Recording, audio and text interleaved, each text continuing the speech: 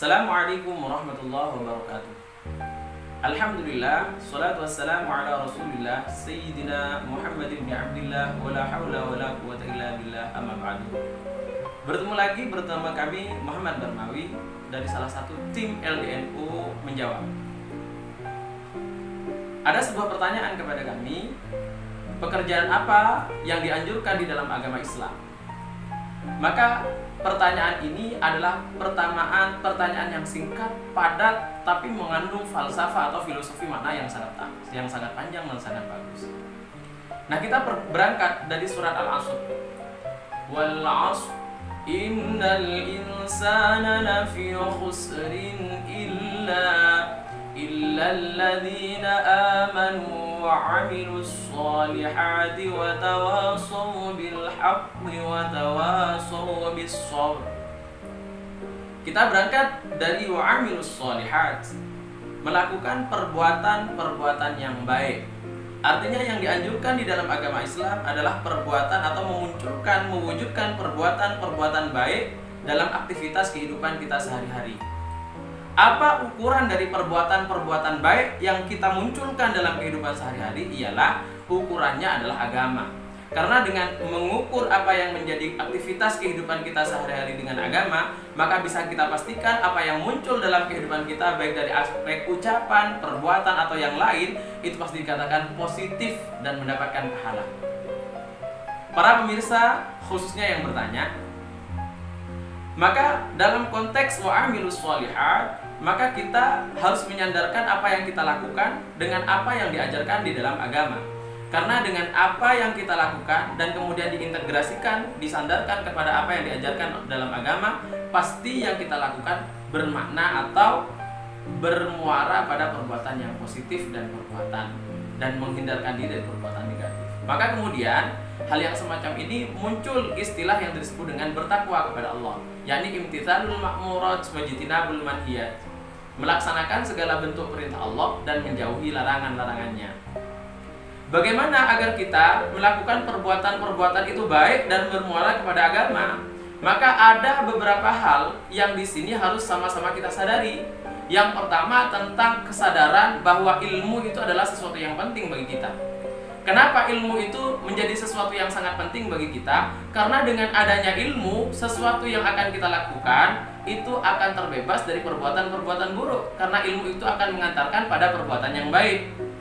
Kalau seandainya mengantarkan pada perbuatan yang buruk, itu namanya bukan ilmu. Maka di dalam agama disebut al-ilmu nurun. Nah, dalam konteks masalah keilmuan, agar perbuatan kita selalu positif, ada beberapa hal yang harus sama-sama kita tanamkan dalam diri kita tentang pentingnya ilmu. Yang pertama adalah ilmu bagaimana mengatur diri ini memiliki etika yang baik kepada Allah Subhanahu wa taala. Itu disebut dengan ilmu tauhid. Terus yang kedua, tak kalah pentingnya dengan ilmu tauhid, karena dengan adanya ilmu tauhid kita menghambakan diri kepada Allah dengan totalitas, maka itu kemudian akan berimplikasi atau berdampak pada sesuatu yang menjadi perbuatan kita sehari-hari. Karena yang namanya ilmu tauhid atau ilmu akidah itu menjadi fondasi dasar agar apa yang kita lakukan bermuara dengan atau sama dengan apa yang ditetapkan di dalam agama. Nah, yang kedua apa? Saya sebut biasanya kalau seandainya saya sedang mengajar, ilmu yang paling penting untuk ditanamkan di dalam diri atau kita masing-masing agar dalam kehidupan sosial itu baik, yang pertama adalah al-ulum ad-diniyah, atau ilmu syariah, atau ilmu-ilmu yang berkaitan dengan masalah agama. Terus yang ketiga adalah al-ulum al-hayatiyah, ilmu kehidupan, ilmu sains, dan yang lainnya itu penting semuanya dipelajari. Nah, ilmu agama itu apa? Biar ngerti halal haram, mana yang dianjurkan, mana yang dilarang di dalam agama, itu akan menjadi dasar bagi kita untuk melakukan aktivitas kehidupan sehari-hari. Terus kemudian al-ulum al-hayatiyah atau ilmu umum atau ilmu kehidupan apakah juga penting? Juga sangat penting. Karena kalau seandainya kita tidak memahami tentang ilmu-ilmu yang semacam itu, sangat tidak mungkin untuk kemudian kita beraplikasi atau beraktivitas sesuai dengan agama. Contohnya begini. Kita tidak punya ilmu tentang bagaimana biologi, tentang kebersihan, tentang dampak dari perilaku kotor kita. Contohnya, tidak paham ilmu biologi, terus kemudian kita buang sampah sembarangan. Maka kemudian orang yang buang sampah sembarangan itu juga akan terdampak. Dia tidak punya etika baik kepada alam semesta. Kemudian buang sampah di sungai sembarangan, buang pempes sembarangan dan seterusnya. Itu kan tidak punya etika kepada alam semesta. Nah, maka 3 ilmu ini, ilmu tauhid, ilmu syariah, tentang ilmu keimanan, ilmu bagaimana berinteraksi sosial, dan kemudian ilmu dengan alam semesta, itu sama-sama penting untuk kemudian sama-sama kita tanamkan dalam kehidupan kita. Karena kalau seandainya itu tertanam dalam kehidupan kita, pasti yang muncul adalah akhlakul karimah, seperti yang dinyatakan oleh Rasulullah SAW, innama bu'itsu liutammima makarimal akhlak. Begitu. Jadi intinya atau poin yang bisa kita pakai bahwa apa yang dianjurkan di dalam agama, dalam aktivitas kehidupan ialah berperilaku baik. Karena perilaku baik itu akan mengantarkan kita pada sesuatu yang baik pula. Yang kedua adalah menebarkan kasih sayang. Nah, menebarkan kasih sayang itu kenapa kok dianjurkan di dalam agama? Karena ini sudah menjadi nas dari Rasulullah SAW.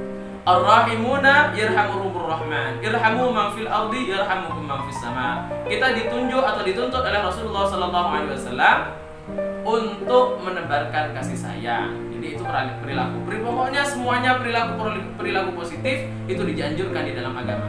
Nah, kemudian selanjutnya, bagaimana agar apa yang menjadi perilaku kita itu selalu positif? Maka pagar utamanya, maka dasar atau fondasi yang bisa mengantarkan kita selalu berperilaku positif adalah bertauhid atau beriman kepada Allah Subhanahu wa Ta'ala. Karena itu menjadi fondasi dasar. Nah, insya Allah seseorang yang mampu mengatur jiwanya, mengatur hatinya selalu tunduk kepada Allah Subhanahu wa Ta'ala, melaksanakan segala bentuk perintah Allah Subhanahu wa Ta'ala, baik dalam bentuk bagaimana beriman kita kepada Allah, atau yang bersifat vertikal, atau yang bersifat horizontal, bagaimana kita berinteraksi sosial, bagaimana kemudian kita berperilaku baik kepada alam semesta. Maka insya Allah apa yang kita lakukan pasti akan dinilai baik. Dan semuanya itu pasti dinilai baik dan pasti dinilai benar kalau seandainya didasarkan kepada ilmu. Dan bagaimana cara mencari ilmu? Jangan salah. Kalau seandainya kita mau mencari ilmu, maka kita harus rembukan dulu sama keluarga. Mau kemana kita, mau cari ilmu di mana? Karena tidak sedikit orang-orang yang mencari ilmu justru terperosok pada jurang sesuatu yang salah. Kenapa? Karena gurunya salah. Seharusnya berguru kepada guru yang benar, tapi kemudian yang dia pilih guru yang salah. Akhirnya dia suka menyesatkan orang, suka menyalahkan orang. Ini yang salah. Maka kemudian hal yang semacam ini itu menjadi sesuatu atau bagian terpenting dalam kehidupan kita, menanamkan keilmuan dalam diri kita. Jangan salah memilih guru, jangan salah melakukan aktivitas, semuanya itu akan bisa mengendalikan kita pada seseorang yang akan semakin baik. Semoga apa yang kita sampaikan bermanfaat. Assalamualaikum warahmatullahi wabarakatuh.